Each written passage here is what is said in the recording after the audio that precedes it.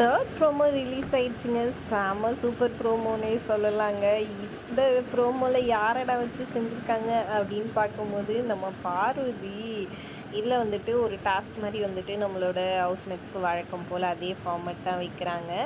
யார் வந்துட்டு ரொம்ப ஃபேக்காக நடிக்கிறாங்க அப்படின்ற மாதிரி தோணுதுன்னு சொன்னவொடனே நிறைய ஹவுஸ்மேட்ஸ் வந்துட்டு கையை காமிச்சது. அதாவது அந்த சினிமாவில் வந்துட்டு ஆக்ஷன் அப்படின்னு சொல்லிட்டு அந்த கிளாப் அடிப்பாங்க இல்லையா, அந்த இது வச்சுட்டு அடிக்கிறாங்க. அதில் வந்துட்டு முக்கால்வாசி பேர் பார்வதிக்கு அடிச்சிடுறாங்க.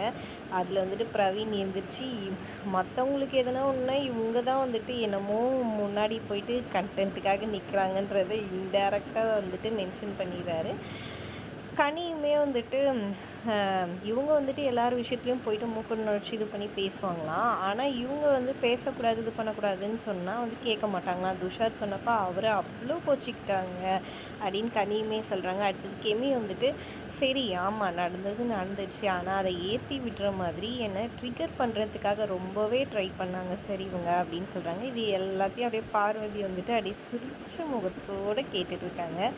இதை பார்த்தோன்னே செம காண்டான செய்தும் நீங்கள் வந்துட்டு இதை வந்து கூலாக கேட்டுக்கலாம், ஆனால் நீங்கள் அங்கே நடந்துக்கின லட்சணத்தை வந்துட்டு வெளியே பண்ண விஷயத்தை எல்லாத்தையும் எடுத்து சொல்லும் போது நீங்கள் இந்த மாதிரி பண்ணுறது வந்துட்டு ரொம்ப கன்றாவியாக இருக்குது, பார்க்கவே சகிக்கலைன்றதை வந்துட்டு டீசெண்டான வேயில் வந்துட்டு நம்ம சேது சொல்லிட்டாரு.